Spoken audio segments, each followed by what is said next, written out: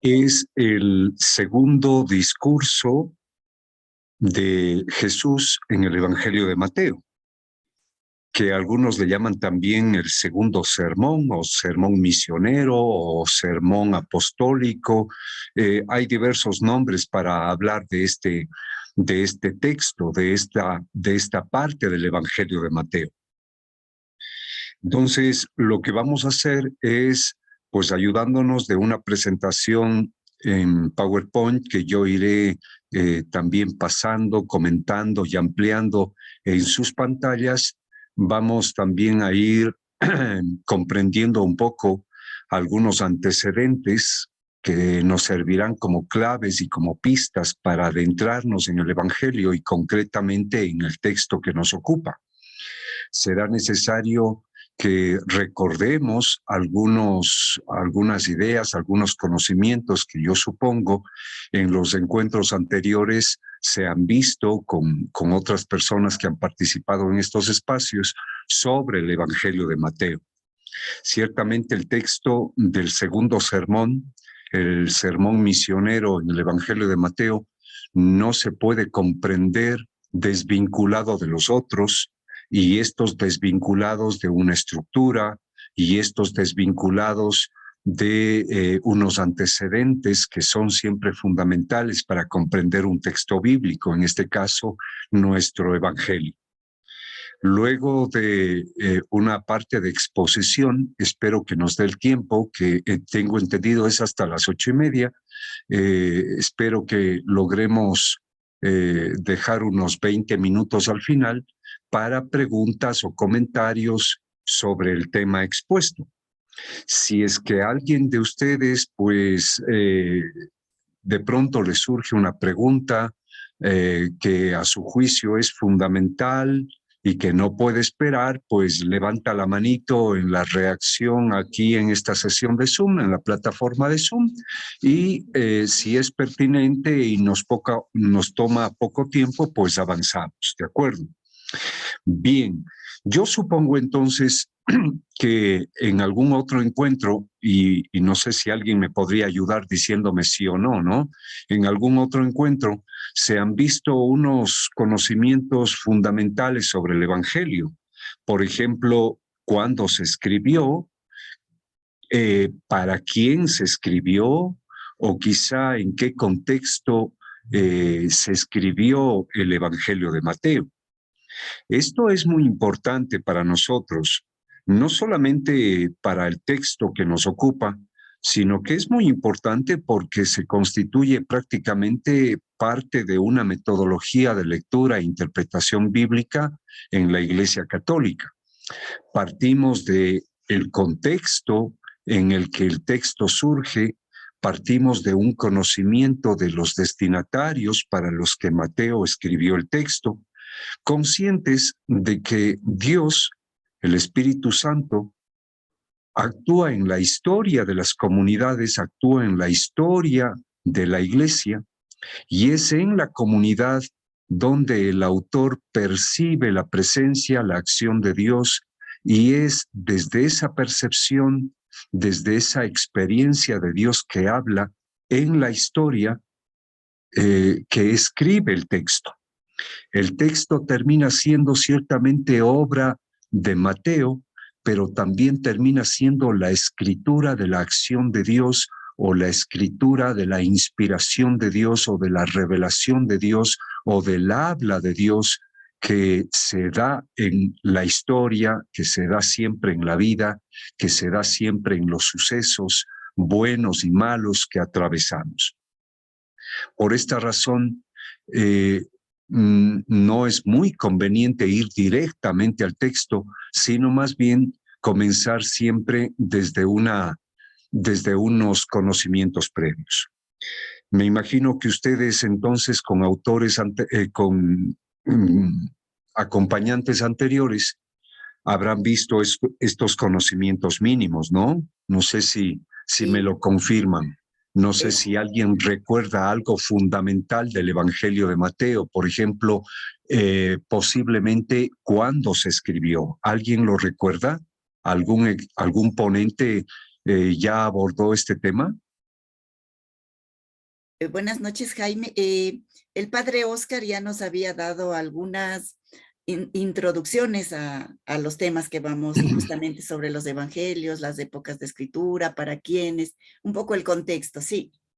Muy bien, qué bueno. Gracias, Mirta. Aprovecho para saludarte. Qué gusto verte. Bueno, Igualmente, gracias. entonces, eh, efectivamente esto es importante, ¿no? No hay que olvidar que el Evangelio de Mateo se escribe entre los años 80 y 90, según la mayoría de los historiadores y biblistas. Y en este momento, en el lugar donde parece que se escribió el Evangelio, que es el país del norte de Israel, en Siria, en este momento hay comunidades cristianas que están atravesando fuertes conflictos, muchos problemas de muchos tipos.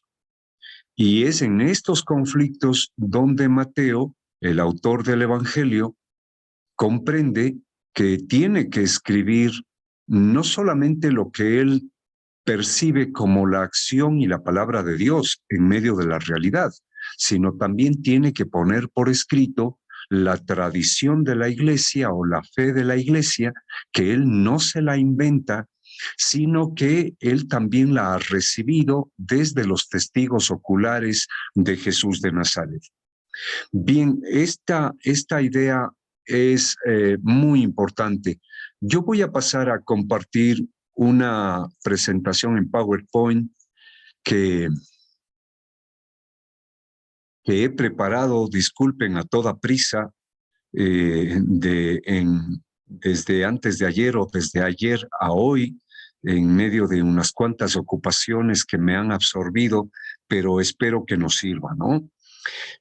Antes de entrar directamente al sermón o al discurso misionero, al texto del discurso misionero, yo quisiera contarles que en el contexto del Evangelio de Mateo, como decía, hay una serie de problemas que marcan el texto, que están presentes de alguna forma en la conciencia de fe del evangelista y le llevan a escribir el texto. Una cosa que quisiera decir que es fundamental es que unos 10 años antes, posiblemente menos, unos 10 años antes de que el evangelista Mateo escribiera su texto, se dio un acontecimiento terrible para los judíos y de rebote o de roce también para los cristianos. Y fue la destrucción de la ciudad de Jerusalén y el templo al final de una guerra que Israel tuvo con Roma. La guerra se dio desde el año 66 y terminó en el año 73, pero en el año 70 los romanos, el imperio romano, invadió la ciudad de Jerusalén, destruyó el templo, destruyó las murallas, destruyó el mundo judío prácticamente y no quedó ahí. Los romanos prácticamente pusieron al país en una crisis de todo tipo, económica, política, cultural. La fe judía se vino abajo. Muchos judíos, como en la antigüedad, comenzaron a pensar que este es el fin del pueblo de Dios, que Dios los ha abandonado, etc. Esto provocó también, por otro lado, que los judíos o muchos judíos huyeran de Israel buscando refugio en lugares alejados de Jerusalén o en el país del norte, justamente donde se escribirá unos años después el Evangelio de Mateo, en Siria. Un grupo fundamental que logra sobrevivir a la terrible guerra es el movimiento de los fariseos. Quizá vamos a hablar un poquito más en detalle sobre ellos más adelante. Los fariseos son como el chapulín colorado que viene en auxilio de los judíos. Los fariseos logran mantener a los judíos dispersos en Siria, logran mantenerles unidos, logran mantener la esperanza como pueblo, como religión, logran mantener todavía la posibilidad de que Israel no muera, ahora que ya no tienen ni capital, no tienen templo, no tienen territorio, no tienen culto, ya no tienen sacerdocio, ya no tienen gobierno, ahora que como gitanos están en medio del mundo, los fariseos son los que logran mantenerles unidos, mantener la esperanza de ser todavía pueblo de Dios. Y se da un proceso de fariseización del judaísmo. Para comprender esto, hay que saber que el judaísmo, en la época de Jesús y un poco antes de estos acontecimientos que estoy contando, el judaísmo no era monolítico, sino que en él habían movimientos religiosos, escuelas teológicas o sectas religiosas. Una de ellas eran los fariseos, la secta de los fariseos, pero habían bastantes más. El movimiento saduceo, los variados movimientos celotes, el movimiento esenio, los variados movimientos judíos de la zona de Galilea, el judaísmo samaritano, en fin, habían varios movimientos judíos. Quizá podríamos mencionar a manera de comparación lo que sucede en el cristianismo actual. Hay varios tipos de cristianismos. Repito, quizá como comparación, tenemos el cristianismo de confesión católica o de tradición católica, los varios cristianismos de tradición protestante, un cristianismo de tradición ortodoxa, un cristianismo de tradición etíope, un cristianismo de tradición mesopotámica, etc. Esto el día de hoy. Pues en la época de Jesús sucedía lo mismo. Un judaísmo fariseo, un judaísmo saduceo, un judaísmo esenio, un judaísmo bautista, un judaísmo samaritano, un judaísmo celote, etc. Pero bueno, regresando a la época que nos está ocupando ahora, el judaísmo queda acaparado por los fariseos. El fariseísmo o la secta de los fariseos logra ser la única tendencia sobreviviente, la única que ha sobrevivido a la guerra. Todos los otros han desaparecido con la guerra.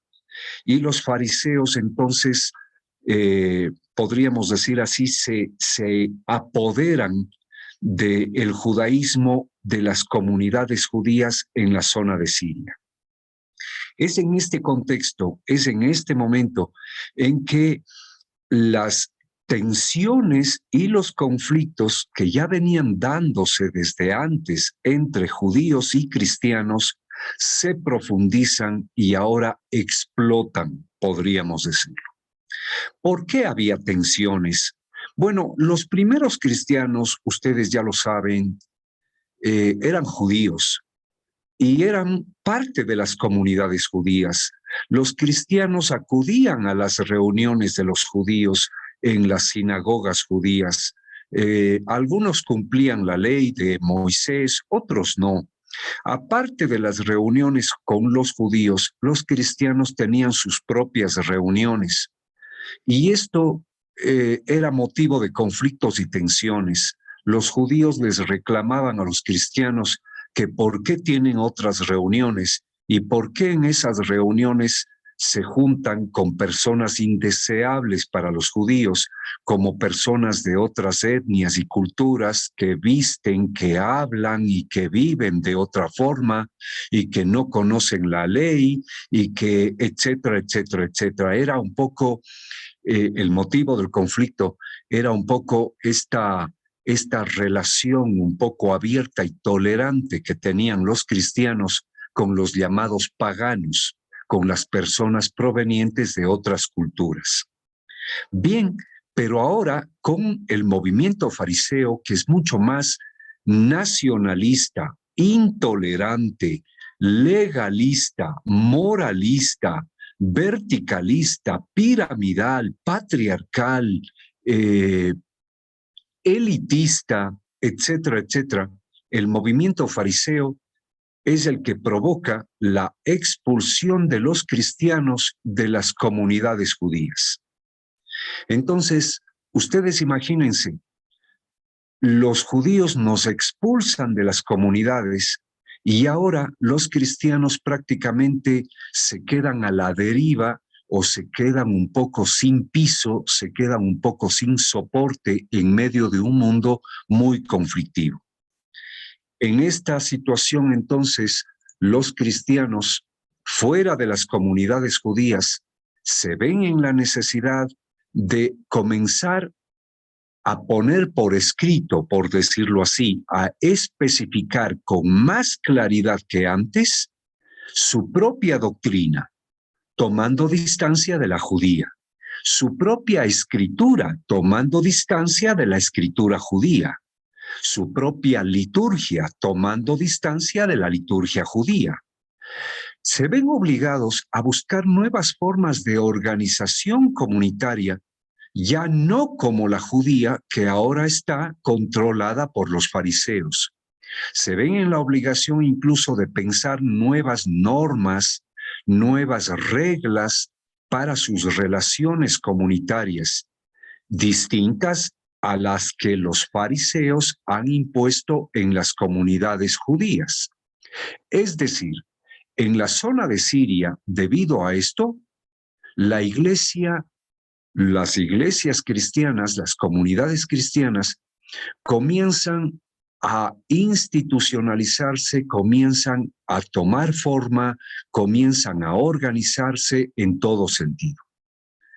Pero esto no significó que las tensiones entre cristianos y los judíos ya fariseos cesaran, sino que más bien se profundizaron y continuaron. Los cristianos tuvieron que aprender a enfrentar el ataque de los judíos fariseos, que los acusaban de ser blasfemos, traidores, de ser incumplidores de la ley, porque según los fariseos, el cumplimiento estricto de la ley es la característica del auténtico pueblo de Dios. Y resulta que los cristianos no cumplen las leyes de Moisés, no cumplen las leyes del Antiguo Testamento o las tradiciones, que repito, para los fariseos eran la clave, el cumplimiento estricto de ellas, de las leyes, eran la clave, eran la base del ser pueblo de Dios. Les acusan además de ser impuros, porque los cristianos desde mucho tiempo atrás ya se han abierto a convivir, a relacionarse, a dirigirse con varios tipos de personas que para la teología farisea son pecadores. ¿Quiénes son los pecadores según la teología farisea? Aquellos que no ostentan los signos de la bendición de Dios. Quizá me detengo un poquito, quizá esto hubiera sido bueno ponerlo por escrito en una diapositiva, pero no lo hice, pero lo cuento, ¿no? Para la teología farisea, que también ha sido llamada teología de la retribución, para esta teología, Dios mira desde el cielo, por decirlo así, a quien cumple la ley. Y a quien cumple la ley, Dios le bendice en vida y le bendice dándole aquello que prometió a nuestro padre Abraham. En Génesis 12, en Génesis 15 y de ahí en adelante, y luego en el libro de Levítico, en el libro del Deuteronomio, se dice que Dios prometió a Abraham primero y luego a Israel, a partir de Abraham, prosperidad económica, largos años saludables y una larga descendencia. De ahí que los fariseos concluyeron que los signos de la bendición de Dios era la prosperidad económica, la salud y el tener estirpe, el tener apellido, el tener hijos. Y por lo tanto, para esta teología farisea, la pobreza, la enfermedad, la orfandad, la viudez, la esterilidad, el celibato, eran signos de pecado, eran signos de no pueblo de Dios o de ser personas en ruptura con Dios. De otra manera, de ser personas que no aman a Dios o que Dios no les para bola o que les ha maldecido por haberse alejado de él. Los cristianos en la época de Mateo, posiblemente siguiendo al mismísimo Jesús, ya comienzan a tener una actitud de apertura, de solidaridad, de convivencia con los llamados pecadores, es decir, con los pobres, enfermos, viudas, huérfanos, estériles, célibes, etc.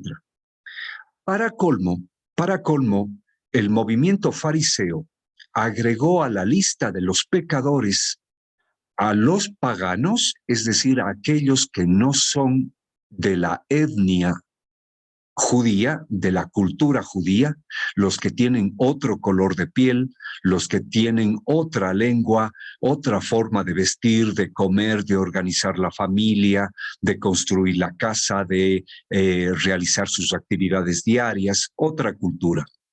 Y no solamente a los paganos, sino también a las mujeres. ¿Y esto por qué? Porque para la teología farisea, Dios se constituyó un pueblo en Israel. Israel es su pueblo. Por lo tanto, la voluntad de Dios es que su pueblo tenga una lengua, una cultura, un color de piel. Y Dios viene para su pueblo, acompaña a su pueblo, ama a su pueblo, ha hecho una alianza con su pueblo y no con los otros pueblos. Los otros pueblos, si quieren unirse al proyecto de Dios, tienen que vincularse a Israel y tienen que olvidar su cultura y asumir la judía. Tienen que olvidar su lengua y hablar la judía. Tienen que olvidarse de sus formas de comer, de vestir, de vivir y asumir la judía. Es decir, tienen que judaizarse, porque sus culturas paganas son culturas no amadas por Dios. Y por otro lado, para los fariseos, la mujer no es que sea pecadora, sino que es pecaminosa. Ella es fuente de pecado. Ella es fuente de debilidad. La mujer, desde Eva, es una criatura débil que no es capaz de cumplir la voluntad de Dios. Los fariseos entienden que el proyecto de Dios es encomendado a los varones, que el proyecto de pueblo de Dios es un trabajo de los varones y las mujeres están para acompañar, para auxiliar a los varones, para darles hijos a los varones y engrandecer a Israel. Las mujeres están para cuidar a los guaguas y cocinar, planchar, contestar el teléfono y además para mantenerle tranquilo al marido. Perdón estas metáforas o estas comparaciones con nuestra vida actual, pero desde esta visión, el fariseísmo incluye en la lista de los no amados por Dios, los no hijos de Dios, también a las mujeres. Los cristianos que ya tienen unas décadas de vivir de otra manera, ahora son vistos como impuros por haberse vinculado con pecadores. Por otro lado, en las mismas comunidades cristianas comienzan a haber conflictos internos. Hay cristianos que opinan que deberíamos organizarnos como se organizan los fariseos. Las comunidades que se organizan de tipo fariseo son comunidades fuertes, son comunidades estables, son comunidades donde todo está claro. Y claro, no hay problema, porque los fariseos tienen un estilo de organización rígido. Perdón la palabra, no quiero ofender a nadie, es solamente una comparación. Tienen un tipo de organización militar, verticalista, jerarquizado. Tienen un tipo de organización donde todo está reglamentado, es decir, donde todos saben cuál es su función, su puesto y su responsabilidad y lo cumplen a tiempo. Y dan informe y dan cuenta y no se salen de la norma y son fieles cumplidores de los horarios, de los planes y son fieles subordinados de las autoridades son siempre superiores, que se imponen, que obligan, etc. En una comunidad humana organizada así, obviamente que todo marcha bien, pero es una comunidad sin libertad, sin respeto, sin consideración a las realidades de las personas. Son comunidades donde los miembros están fuertemente organizados en clases, donde los miembros están catalogados en superiores e inferiores y donde las relaciones no son fraternas, sino son relaciones más bien legalizadas.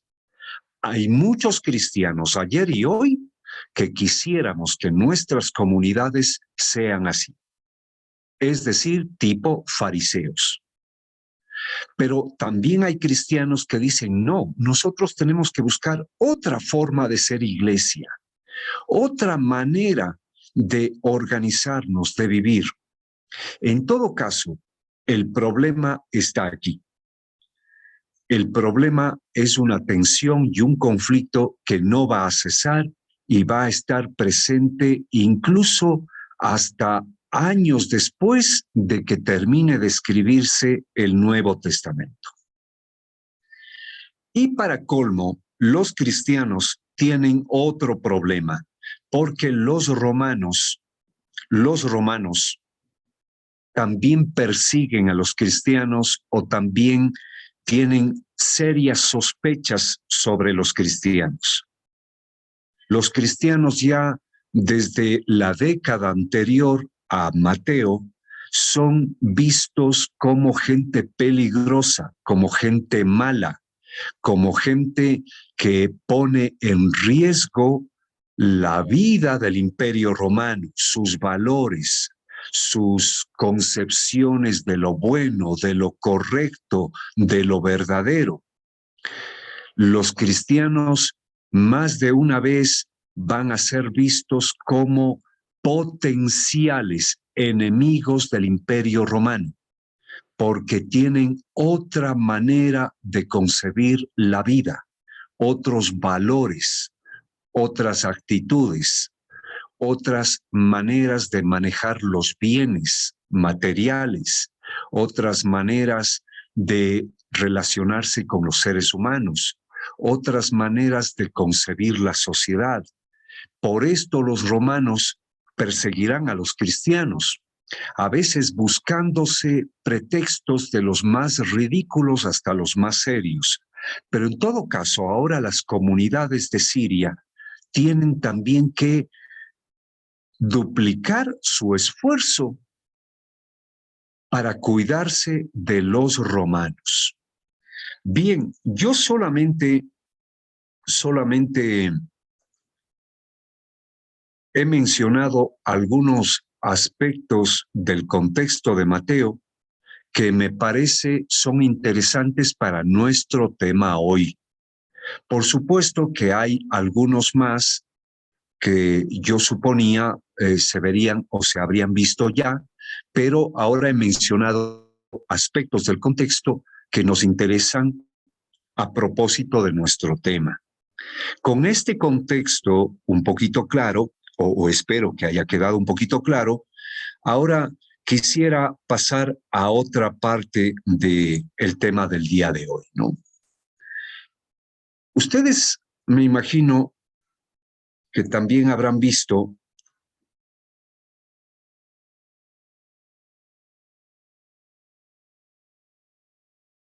que el Evangelio de Mateo tiene una estructura literaria. La están viendo ustedes en su pantalla ahora.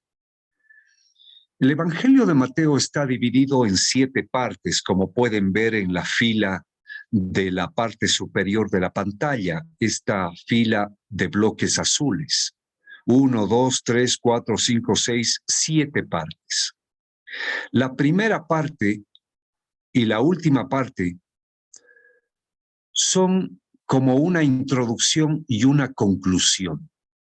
El evangelista Mateo organiza su libro con una introducción teológica en la que encontramos los relatos de la genealogía de Jesús, el relato del nacimiento y la infancia de Jesús, el relato del bautismo de Jesús en el Jordán y el relato de las tentaciones.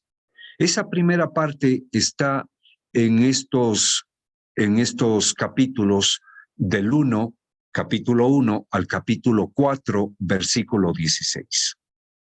La última parte que funciona como una conclusión son los relatos de la pasión, muerte y resurrección de Jesús. Y lo fuerte de Mateo, lo duro, lo concreto de Mateo, son las partes internas, 2, 3, 4, 5 y 6. Ustedes pueden ver ahí cuáles son las citas de cada uno de las secciones. La sección segunda, la tercera, la cuarta, la quinta y la sexta. Cada una de las secciones, a su vez, está organizada en 2 partes. Una parte dedicada a las acciones de Jesús y otra parte dedicada a los sermones o a los discursos de Jesús. Por tanto, tenemos 5 discursos. Primero, el Sermón del Monte. Segundo, el que nos ocupa hoy, el Sermón Misionero. Tercero, el Sermón del Reino, que yo aquí le he llamado el Sermón en Parábolas. Cuarto, el sermón sobre la iglesia, el sermón eclesiológico o eclesial, como le llama alguien. Y quinto y último, el sermón escatológico, que alguien le suele llamar el sermón del juicio final. Entonces, estos son los 5 sermones. Pero no olvidemos que cada sermón es parte, cada discurso o cada sermón es parte de una estructura más grande. Y no es bueno leer el sermón por separado. Hay que leer antes la parte de las acciones de Jesús para poder comprender el sermón. Lo vamos a ver en el caso del sermón misionero, que es el que queremos estudiar hoy. Pero también es necesario comprender que los 5 sermones se entrelazan y se implican. Es necesario comprender que el tema central de todos los 5 sermones es el reino, el tema del reino, el reino de Dios.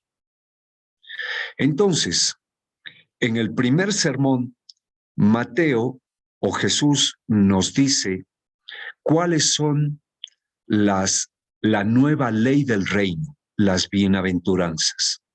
En el segundo sermón nos habla de los misioneros del reino.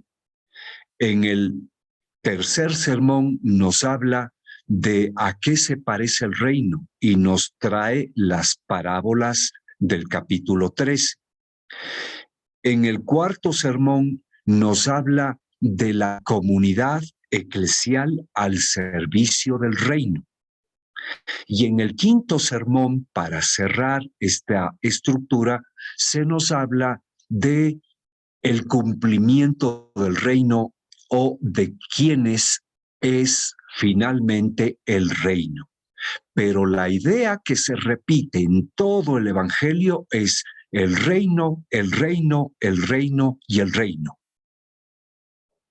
Eso es el centro del Evangelio de Mateo, el reino. Muy bien, ahora yo quisiera avanzar, si es que no hay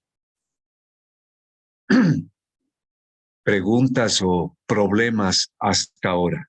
Confío en que sí, no veo manos levantadas, entonces creo que podemos continuar a la parte ya directa del texto que queremos leer. Bueno, me imagino que ustedes tienen una Biblia a mano, ¿no? El texto que nos ocupa es prácticamente todo el capítulo 10 del Evangelio de Mateo.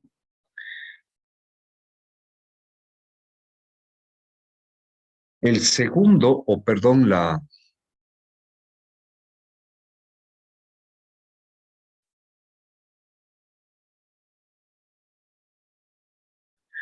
tercera sección del Evangelio de Mateo va desde desde el capítulo 8 hasta el capítulo 10. Son prácticamente 3 capítulos los que nos ocupan. Y estos 3 capítulos se dividen en 2 partes. Me parece que valdría la pena regresar a la diapositiva que vimos acá. Muy bien. Se está viendo, perdonen, me ayudan, ¿se está viendo el esquema o la estructura del Evangelio de Mateo? Sí, Sí, padre. Muy bien, entonces estamos viendo la tercera parte, ¿no? Que va desde el capítulo 8 hasta el primer versículo del capítulo 11. Bueno, gracias por apagar sus micrófonos. Muchas gracias. La primera parte entonces es la parte de las acciones de Jesús. Jesús anuncia el reino con acciones. Esta parte va desde el capítulo 8 hasta el capítulo 9, versículo 35. Ahí está mal citado, en lugar de un guión entre el 9 y el 35 es una coma, ¿no? Es desde el capítulo 8 hasta el capítulo 9, versículo 35. Antes de ir a nuestro texto, que es el capítulo 10, la parte en la que Jesús anuncia el reino con palabras, el sermón misionero, yo solamente quisiera hacerles notar que en la parte en la que Jesús anuncia el reino con acciones, aparecen estas principalmente. Jesús cura a un leproso, luego sana al criado de un oficial romano, sana a la suegra de Pedro, expulsa espíritus de unos endemoniados, sana a todos los enfermos en Cafarnaúm, calma la tempestad en el mar de Galilea, expulsa a los demonios de 2 gadarenos o gerasenos, dice otro texto, cura a un paralítico, come con recaudadores de impuestos y con pecadores, le acusan de no ayunar, sana a una mujer de sus hemorragias, resucita a la hija de Jairo, devuelve la vista a 2 ciegos y devuelve el habla a un mudo que estaba endemoniado. Prácticamente he puesto en lista todas las acciones de Jesús en esta sección de 8 a 9:35. Ahora yo no quiero meterme en la discusión de si Jesús lo hizo así, asado y cocinado, de cómo leer estos textos. Yo solamente quiero hacerles notar que en estas acciones de esta sección vemos a Jesús anunciando el reino justamente dirigiéndose a aquellos que la teología farisea considera no pueblo de Dios, no amados, no pecadores, no benditos, es decir, a los llamados malditos, a los llamados alejados de Dios, a las ovejas alejadas del redil de Israel. En este texto, Jesús no solamente manifiesta el profundo amor de Dios que ama a todos independientemente de que hayan o no cumplido las leyes, como dicen los fariseos. No solamente revela el rostro misericordioso de Dios Padre, que no se detiene ante tonterías como la prosperidad económica, la salud o la raza o el género para expresar su amor. También vemos a un Jesús profundamente compasivo, profundamente dignificador de la vida humana, de la vida de todos por igual.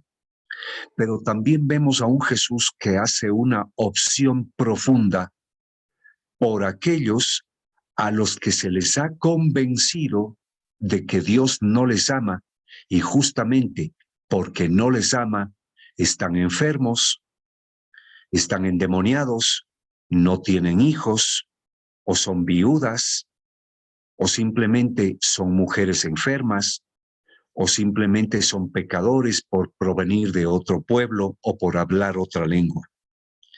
Jesús hace una opción por los excluidos de la teología. Hace una opción por aquellos que han sido expulsados de Israel. Y justamente, si se dan cuenta, si revisamos el texto, encontramos que son personas no solo excluidas en lo religioso, sino también excluidas en lo económico, en lo social, en lo cultural y en lo político. Son personas a las que en la sociedad judía de la época de Jesús y de la época de Mateo no se les ha dado cabida en la sociedad.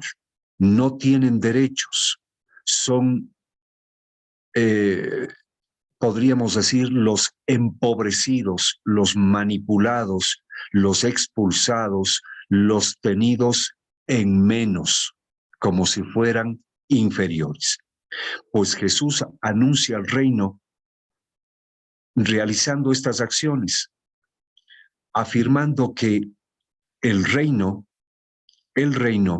comienza justamente acogiendo a todos por igual y construyendo una sociedad de hermanos y hermanas que se aman con el mismo amor con el que el Padre ama. El reino no necesariamente hay que entenderle como la vida eterna, no hay que entenderle necesariamente o finalmente como ese estado de comunión del alma con Dios después de la muerte. El reino comienza ya con la construcción de un nuevo pueblo de hombres y mujeres que se aman con el mismo amor con el que el Padre ama. Y esta idea central que la vemos en Mateo 8 a 9:35, es la que se va ahora a expresar en el sermón misionero. Y ahora sí, podríamos incluso leer el sermón misionero. Son solamente 42 versículos. No sé, ¿qué opina alguien? ¿Leemos el texto o más bien avanzamos? ¿Le parecería que alguien nos pudiera leer el texto o es mucho tiempo? Son las 8:15. Yo creo que más bien avanzamos. Lean ustedes el texto en otro momento, que por cierto no creo que sea muy desconocido, ¿no? Pero el texto de Mateo 10, 1:42, el segundo sermón o el discurso misionero, lo podemos ir dividiendo en versículos. Y la primera parte es la que va desde el versículo 1 hasta el versículo 10. En la pantalla que ustedes están viendo, yo he anotado unas ideas centrales que aparecen en estos 10 versículos y podríamos irlas comentando. El texto comienza diciendo que Jesús llamó a sus 12 discípulos y les dio poder para expulsar espíritus impuros y para curar toda clase de enfermedades y dolencias. Yo aquí quiero detenerme un minuto en la imagen de la cantidad 12. Ciertamente hoy los historiadores, los biblistas, están de acuerdo en que en los evangelios se defiende y se afirma que los discípulos de Jesús fueron 12, más con sentido teológico, para indicar que así como Israel, que nace sobre las 12 tribus de Jacob, los 12 hijos de Jacob, ahora el nuevo pueblo de Dios nace sobre los 12 discípulos de Jesús. Pero hay muchos datos en los evangelios que nos indican que posiblemente fueron más de 12, primero. Segundo, no solamente fueron varones, sino que también habían mujeres. Tercero, no solamente habían seguidores de Jesús que les seguían en su predicación de pueblo en pueblo, sino que habían seguidores de Jesús fijos y estables en pueblos, en aldeas, y que ellos también a su manera cumplían la misión del discípulo.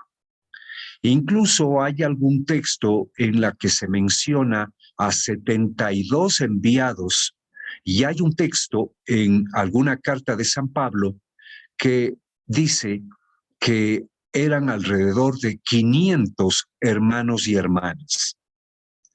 Pero más allá de cómo pudo haber sido, lo que yo sí quiero enfatizar es que para Mateo es importante el número 12, indicando que este grupo es el nuevo Israel. Y continúa esta sección de 10:1-10 diciendo que Jesús les pide que vayan en busca de las ovejas perdidas del pueblo de Israel. Aquí hay que poner atención, porque ¿qué es lo que hay que entender por ovejas perdidas? Yo preferiría llamar ovejas abandonadas u ovejas expulsadas. Vayan a aquellos que han sido alejados, aquellos a los que se les ha expulsado. La expresión ovejas perdidas muchas de las veces es tomada como una comparación o como una imagen de los pecadores.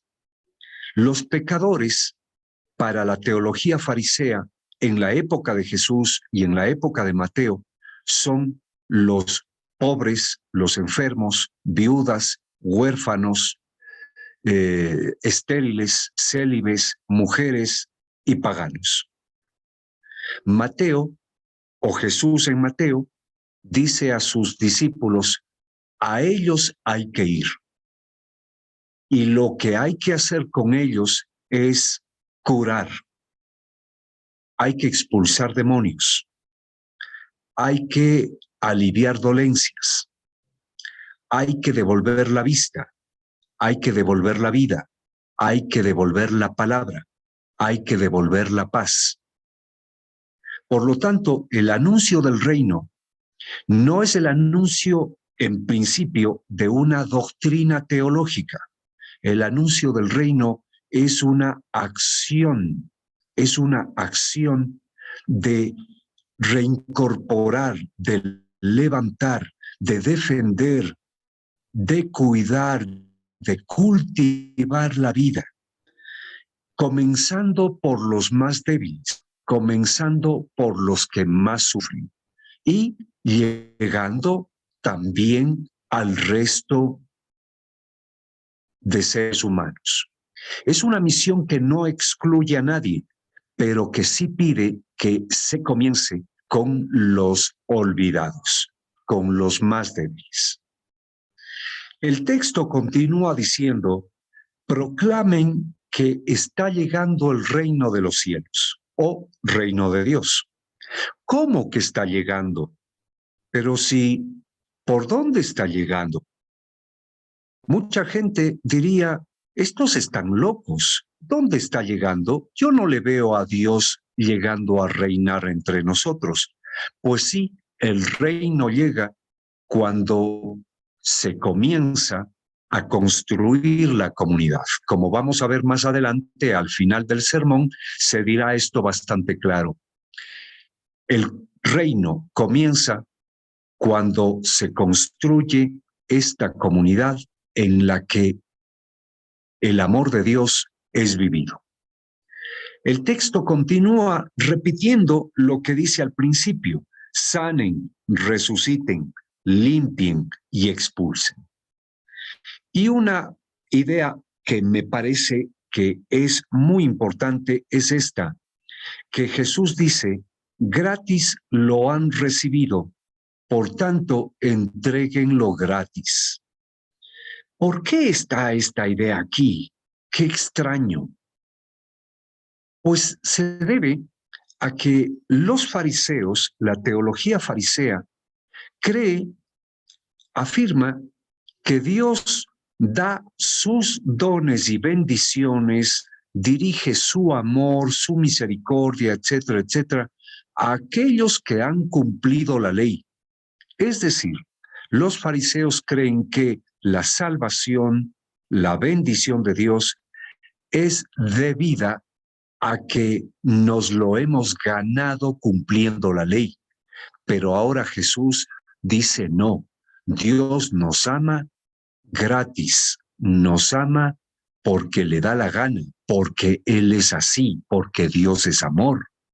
Dios nos ama no porque cumplamos normas, no porque cumplamos una liturgia, no porque utilicemos el mismo uniforme, no porque nos colguemos la misma medallita al cuello, no porque cumplamos tradiciones. Dios nos ama porque así es Él. Podríamos decirlo de esta forma: nos ama porque le da la grandísima gana de amarnos y punto, porque es Abba, nada más. Es decir, nos ama gratis. Nosotros tenemos que amar gratis.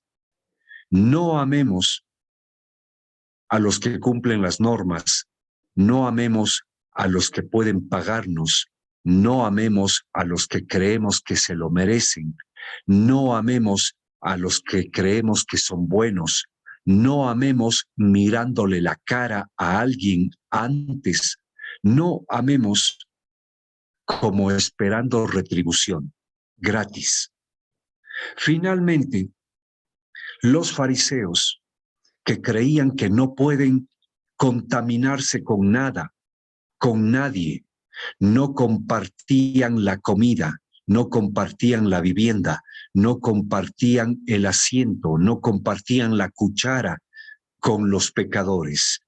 Y los fariseos llevaban consigo su dinero, su comida, su agua, su ropa, su esto y su aquello. No compartían nada con nadie por miedo a contaminarse de la impureza de los pecadores. Y ahora Jesús, en contra de esto, nos dice: ustedes no sean así. Ustedes no vayan como misioneros poderosos, puros, limpios y capaces. Vayan débiles. Vayan con lo justo. No lleven oro, no lleven plata, no lleven dinero, no lleven bolsa o mochila o morral, no lleven lo que les sobra, lleven solamente lo fundamental, una túnica, un par de sandalias y ni siquiera lleven bastón. Es decir, no vayan seguros, no vayan fortalecidos, no vayan cargados de orgullo, no vayan con protecciones. Luego tenemos otra sección que va desde el versículo 11 al versículo 25. Aquí Jesús y también Mateo hace una seria advertencia. Miren, no les van a recibir, o al menos no todos les van a recibir. A quienes no les reciban bien, pues tranquilos, dejen sus casas, no vuelvan por ahí, sacudan el polvo de sus sandalias, pero, por decirlo así, déjenles en paz, no les persigan. Simplemente, si no quieren, no quieren y punto. No les van a recibir bien. Acostúmbrense a eso. Déjenlos en paz. Y fíjense que van a un mundo terrible. Ustedes van como ovejas en medio de lobos y por eso sean astutos como serpientes, pero sin perder la sencillez mencionada antes en la parte anterior. Esta sección es de advertencias. Seremos perseguidos, seremos azotados, seremos llevados a los tribunales. Ante los grandes y poderosos tenemos o tendremos que rendir cuentas o se nos pedirá que expliquemos qué es lo que hagamos. Pues cuando tengamos que hablar, no tengamos miedo, no preparemos grandes discursos, Dios mismo hablará en nuestras lenguas y preparémonos porque incluso en nuestras propias comunidades tendremos traidores o enemigos. El hermano entregará a su hermano, el padre a su hijo y los hijos a sus padres. Mateo obviamente está hablando de las mismas comunidades judías donde judíos que se entienden a sí mismos como hermanos se expulsan, se atacan, se niegan, se persiguen, se denuncian frente a los tribunales romanos. Bueno, seremos odiados por causa del reino. Y finalmente la idea que resalta en esta sección es perseveren. El que persevere hasta el final se salvará. No tengan miedo, yo estaré con ustedes, en fin. Luego, la siguiente sección es la que está entre los versículos 26 y 36. La idea se repite un poco, la de la sección anterior. No tengan miedo, levanten la voz, lo que han escuchado en la intimidad de la comunidad, díganlo a plena luz del día y desde las azoteas. No tengan miedo, háganlo. Jesús nos ofrece la seguridad de que el Padre está con nosotros y de que Él nos protege. El Padre conoce los lirios y los pajaritos que ni hilan ni cosechan y sin embargo les provee de lo necesario. Nosotros contamos con la compañía de Dios. Y finalmente esta sección termina con esta expresión que es entre amenaza y también de esperanza. Si están de mi parte, yo estaré de su parte ante mi Padre. Y nos vamos acercando ya al final del texto, que recuerden, solo son 42 versículos. Tenemos esta sección de 5 versículos que es dura, que es un poco escandalosa. No he venido a traer paz, sino discordia. Efectivamente, el evangelio, el proyecto del reino, el ser otros Cristos, es una vida que no deja en paz a alguien. Es una vida también de separar el trigo de la cizaña. Es una vida también de saber qué es lo esencial y qué no lo es. Ustedes quizá lo vean en las parábolas del sembrador o del trigo y la cizaña o del tesoro perdido en el campo en el capítulo 13, cuando lleguen al capítulo del sermón en parábolas. Pero la vida cristiana, el discipulado cristiano,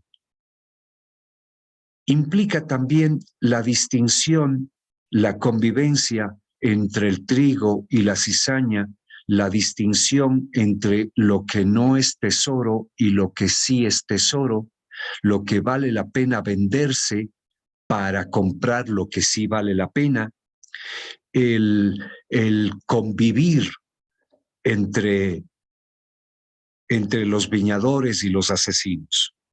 Bueno, esta es la vida cristiana, es una vida no necesariamente de paz, sino una vida de esfuerzo, de trabajo y muchas de las veces también de conflicto. Pues Jesús en esta parte nos dice, pues manténganse firmes y no trancen, no sean suaves o no sean tibios, no negocien con esto, no negocien y manténganse fieles. Cuando afirma que el que ama a su padre o a su madre más que a mí no es digno de mí, ese texto está directamente dirigido hacia los fariseos o hacia los cristianos de tendencia farisea que aman más la tradición y la norma, que aman más el apellido y la estirpe, que aman más la norma y la ley antes que a Jesús mismo y el proyecto del reino. Amar más a padre y a madre es una metáfora o es una comparación de el amor a la tradición, al apellido, a la raza, a la estirpe, en definitiva, a la ley de Moisés. Para entenderlo bien, Jesús dice, el que ama más a la ley que a mí, no es digno de mí. Y todo esto nos provoca una cruz. Así como a Jesús le ha provocado la cruz, pues hay que cargar la cruz y seguirle. Y termina esta sección con esta expresión, ¿no? El que quiera conservar su vida, la perderá. El que quiera una vida tranquilita, en realidad la perderá. Pero el que se arriesgue por mí, en realidad está ganando la vida o conservando la vida. Y llegamos a la última sección del sermón del sermón misionero.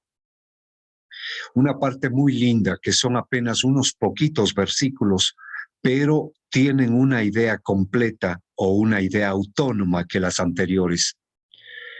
El que recibe al misionero me recibe a mí. Y el que me recibe a mí me recibe al Padre. Esta es una afirmación muy importante incluso en teología, cuando decimos que el Padre envía al Hijo y el Hijo envía a la Iglesia. La Iglesia es misionera del Hijo y el Hijo es el misionero del Padre. Recibir el proyecto del reino es recibir a Jesús. Recibir a Jesús es recibir al Padre. La Iglesia, los misioneros son enviados, son signos de la presencia de Cristo. Y finalmente, pues esta frase con la que termina el sermón. Quien dé un vaso de agua fresca a uno de estos pequeños por ser mis discípulos, no quedará sin recompensa. Es una frase muy bonita, pero yo quiero recalcar la expresión pequeños, a uno de estos pequeños.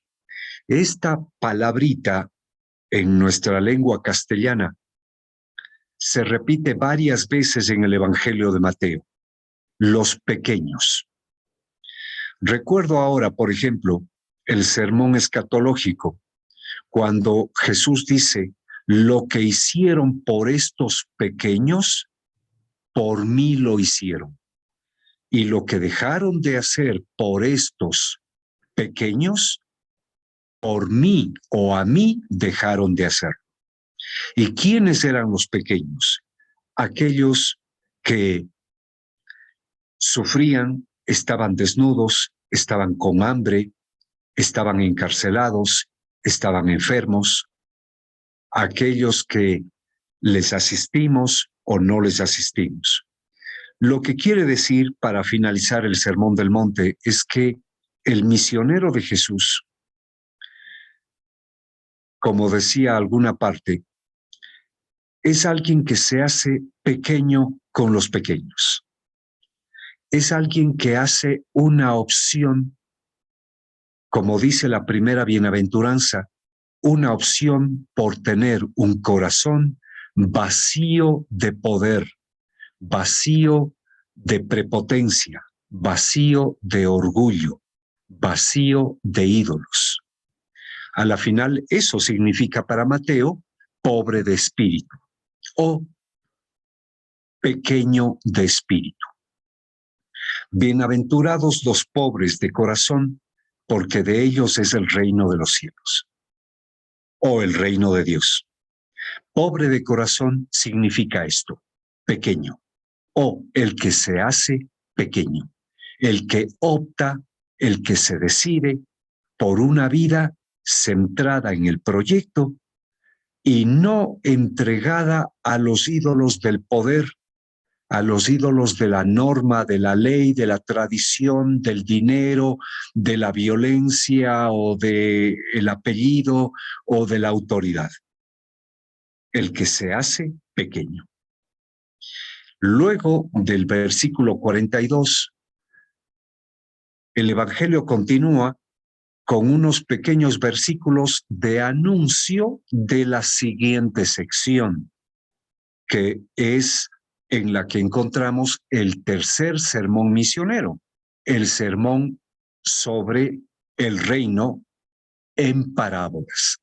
Pero de ese sermón no me toca hablar y por eso más bien me callo. Entonces, finalmente, se acabó.